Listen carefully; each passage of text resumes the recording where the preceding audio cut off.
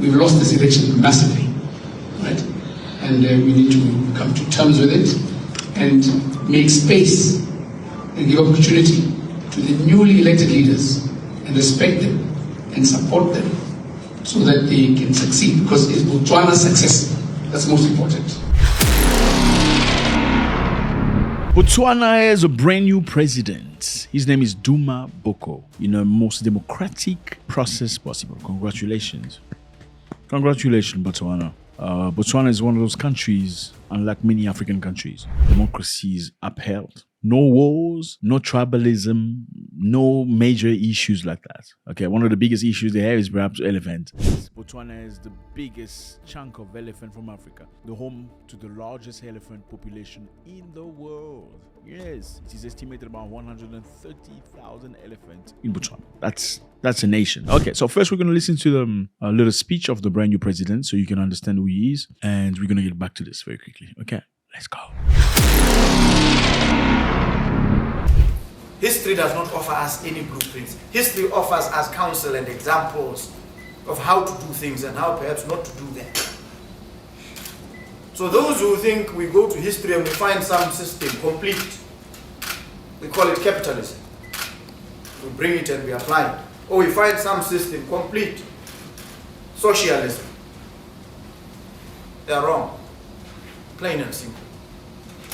We have to identify solutions, sometimes brew them here, that work for our context.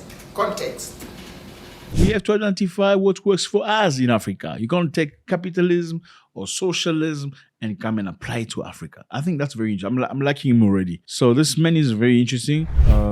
He apparently has studied, he's an Harvard educated human rights lawyer. So he went to Harvard. Very interesting. Okay, let's continue. Let's continue. It is important for us to appreciate this, so that our competition is not about plundering the libraries to find what Karl Marx says in Das Kapital Volume 3 or what Lenin says in What Is to Be Done. No, we read these because, as the authors themselves said, these are but guides to action, not dogma. So the dogmatic approach of thinking, this is socialism, this is capitalism, and so this one is socialist, this one is capitalism, we are all here.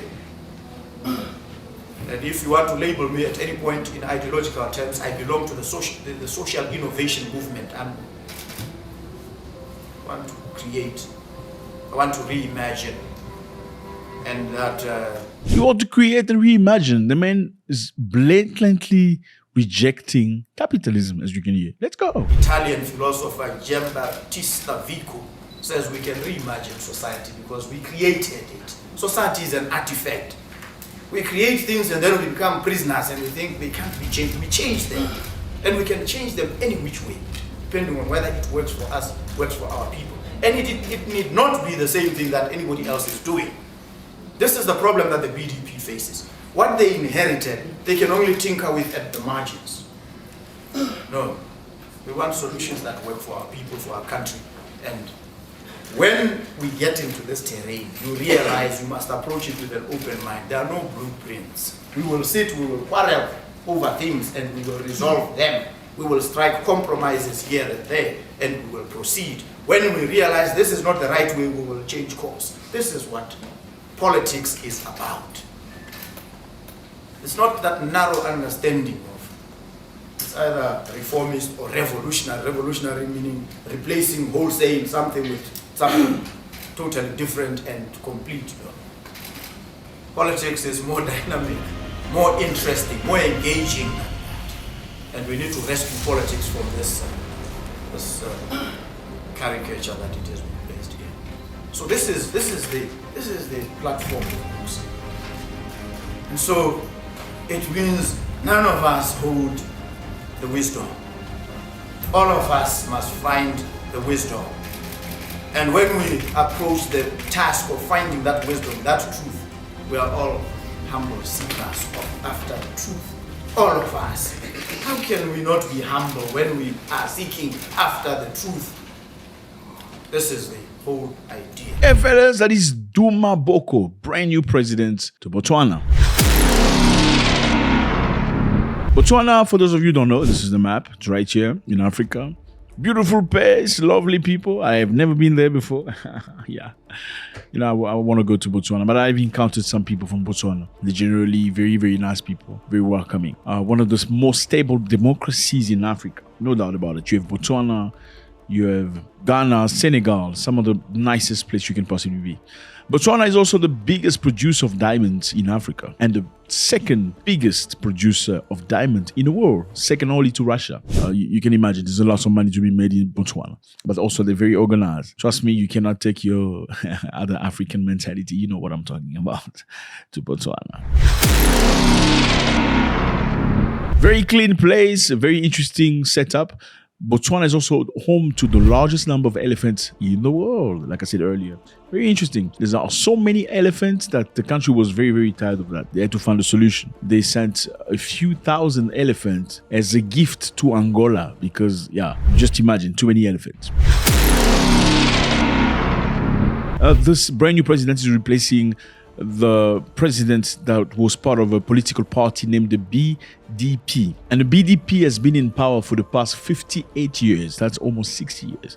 Right after Botswana had independence. And for the very first time, things have changed. I remember a couple of days ago, I met somebody from Botswana and they were very worried. I asked them why they were worried. They said they're worried because of the election. Things are going to change for the first time. They've been run by one party for so many years since they were born. Things are going to change. And I reassured them because I've been through this so many times. I'm like, it's going to be okay. You have nothing to worry about. But you can understand if after 6 years or 57 years, finally you change things or people vote for the next party, it simply means they are tired of something. Something has to be changed. And one of the reasons why the previous president was criticized is because there was not enough diversity in the economy. So Botswana rely heavily on diamonds. Okay, and in this world, you have to have diversity. You cannot just rely on one thing. You need to create employment in different areas of life. You need to create employment and variety because it's just like they say, you can't put all your eggs in one basket. If the basket falls on the ground, what happens?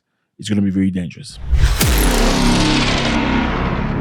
Botswana is also a place where women really have a lot to say. They have rights to speak. Botswana has made significant strides in women's rights and empowerment. Matter of fact, 11.1% of members of the National Assembly of Botswana are ladies. So that's a lot of people. That's about 63 elected women in parliament. That's a lot of position for women to assure. So this is a country where women's voice is considered. They're not suppressed.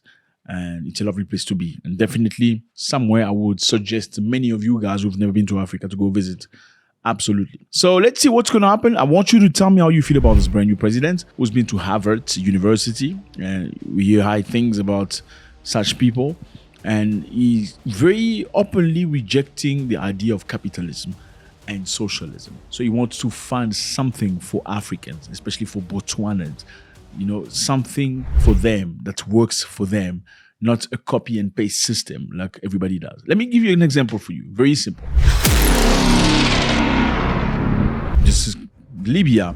Lovely place. Yeah, used to be a lovely place. It's not anymore. Muhammad Gaddafi's country, at the time when he was alive, when people got married, they got something from the government. Something means a present. When people got married, they got about an apartment for free by the government. When you got married, you made the first child, government will give you $5,000. In Libya, during Gaddafi, when somebody wanted to be a farmer, government will provide equipment for him and a trainer, a mentor to help him become a proficient farmer. In Libya, at the time when somebody was very sick and needed treatment from another country, the government will issue money for the Libyan person to be exported to another country, let's say Switzerland, with a family or two family members. And the government will take care of the payments of the hospitals in Switzerland, as well as his stay and everything. Libya was one of those countries where you paid zero tax, unlike your country. But it was not a democracy. Zero tax. Your money is your money. You don't have to pay nothing. Your petrol, your fuel, your gas, however you call it, it was almost $0. That was Libya. It was not a democracy. But today they bombard you with democracy. It's against our democracy. But countries with democracy seem to be the countries that are really struggling. No efficient in terms of medical aid, no efficient in terms of social situation. People are poor, people in the street. But These are democratic. You cannot tell me democracy and capitalism is the only way to life. It makes no sense. And it's very interesting to see this brand new president from Botswana be open-minded, okay? Open-minded to ideas. We don't copy and paste things from outside. We need to find things that are suitable for our people. Let me know how you feel about this. It's always a great pleasure. If there are people from Botswana, Dumelang, please come and comment. Tell us what you feel. How do you feel about this brand new opportunity and episode? And you too, from the diaspora, I want to learn from you. Is Botswana somewhere you would consider for a visit? Well, I want to come to Botswana, but I don't know many people. Maybe if you have money, you can invite me in Botswana for a weekend. Okay, let me know. God bless.